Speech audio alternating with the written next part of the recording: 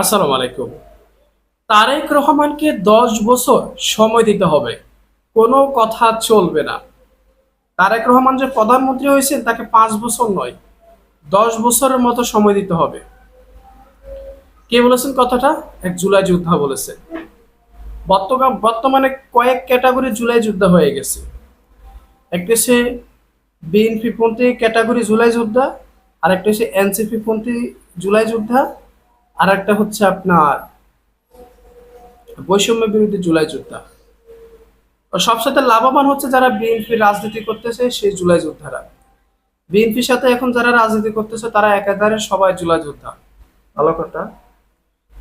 উনি যে দাবিটি তুলেছে 2024 সালের জুলাই আগস্টে গণ অভ্যুত্থানে আহত নিজেকে জুলাই যোদ্ধা হিসেবে পরিচয় দেওয়া মোহাম্মদ শাহী মালু বলেছেন, দেশের মানুষ যদি দেশকে ভালোবাসে তাহলে প্রধানমন্ত্রী তারেক রহমানকে 10 বছর সময় দিতে হবে।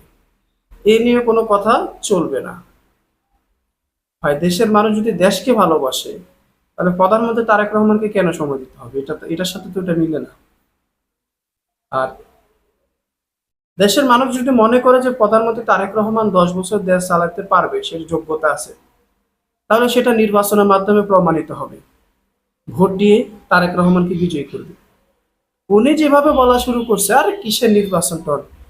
তারেক রহমানকে একটানা 10 বছর সময় দিতে হবে। যে শেখ হাসিনা বলছিল না, একবার কোন রকম নির্বাচন করে ক্ষমতায় আসছে তো আসছে, বাকি 17 বছর একাই পার করে দিছে। এখানে মজার বিষয় হচ্ছে যারা একসময় আওয়ামী লীগ করতো, ছাত্রলীগ করতো, এই আন্দোলন ঠেকাতে গিয়ে যারা আহত হয়েছে তারাই এখন বর্তমানে জুলাই যোদ্ধা হিসেবে নিজেদেরকে পরিচয় দিচ্ছে।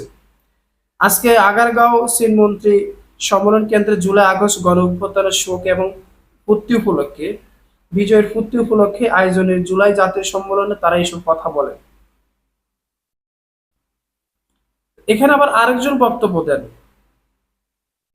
জুলাইকে বিক্রি করছে নাকি জামাত। আর এই বেটা কি কয়, শাহিনুল মালু মালু বলেন, আমরা আজ বিদেশিদের মাটিতে কাজ করতে যাই, তারেক রহমানকে 10 বছর সময় দেন, বিদেশ থেকে মানুষ আমাদের দেশে এসে কাজ করবে। সর্বনাশ! বিদেশ থেকে এসে মানুষ বাংলাদেশে কাজ করবে তারেক রহমানকে 10 বছর সময় দিলে। সেটা তো আমরা দেখতেই পাচ্ছি। চাঁদার চাহিদা বাড়তেছে। আজকে গুলিস্তানে জামায়াতের উপর হামলা করছে চাঁদাবাজদের বিরুদ্ধে অবস্থান নেওয়াতে। এটাই তো একটা চাকরি। এ সময় তিনি অভিযোগ করেন, অন্তর্বর্তীকালীন সরকার জুলাই আগস্টের আন্দোলনে বিএনপি পন্থী আহত ও নিহতদের প্রতি বিভিন্ন দৃষ্টিভঙ্গি পোষণ করতে তিনি দাবি করেন, বিএনপিকে ভালোবাসতে গিয়ে তিনি সব হারিয়েছেন, 17 বছর কষ্ট করেছি তারপরও দলের দিকে তাকিয়ে আছে। তো ওই যে একটা পাক্কা বিএনপি, ওকে জুলাই যোদ্ধা কেন বলা হচ্ছে? ও তো এখানে দলের চাটামি করতে আসছে। আরে ভাই, তুই যদি জুলাই যোদ্ধা হস, তুই প্রত্যেকটা জুলাই যোদ্ধা নিয়ে কথা বলবি, যারা এই আন্দোলনে আহত হয়েছে, শহীদ হয়েছে, নিহত হয়েছে, ক্ষতিগ্রস্ত হয়েছে। এখন এই দেখি আইসে 17 বছর কষ্ট করছে সে বিএনপির লাইগা, সে দেশের লাগে কষ্ট করে না কিন্তু, তারপরে দলের দিকে তাকায় আসে সে। আমাদের ভালো কিছু দেওয়া হয় না, কিন্তু হাসনাত আব্দুল্লাহ সাজেস আলম কোটি কোটি টাকার মালিক হয়েছেন বলেন তিনি। নিজের হাঁটার ক্রাশ দেখিয়ে শাহিন মালু বলে, আমরা এখনো এই ক্রাসের উপর ভর করে চলেছি। লাঠি আর কি। এখন কইতাছে হাসান আব্দুল্লাহ হাসনাত সাজেস কোটি কোটি টাকার মালিক হয়েছে, চোদ না। তাহলে প্রমাণ কর।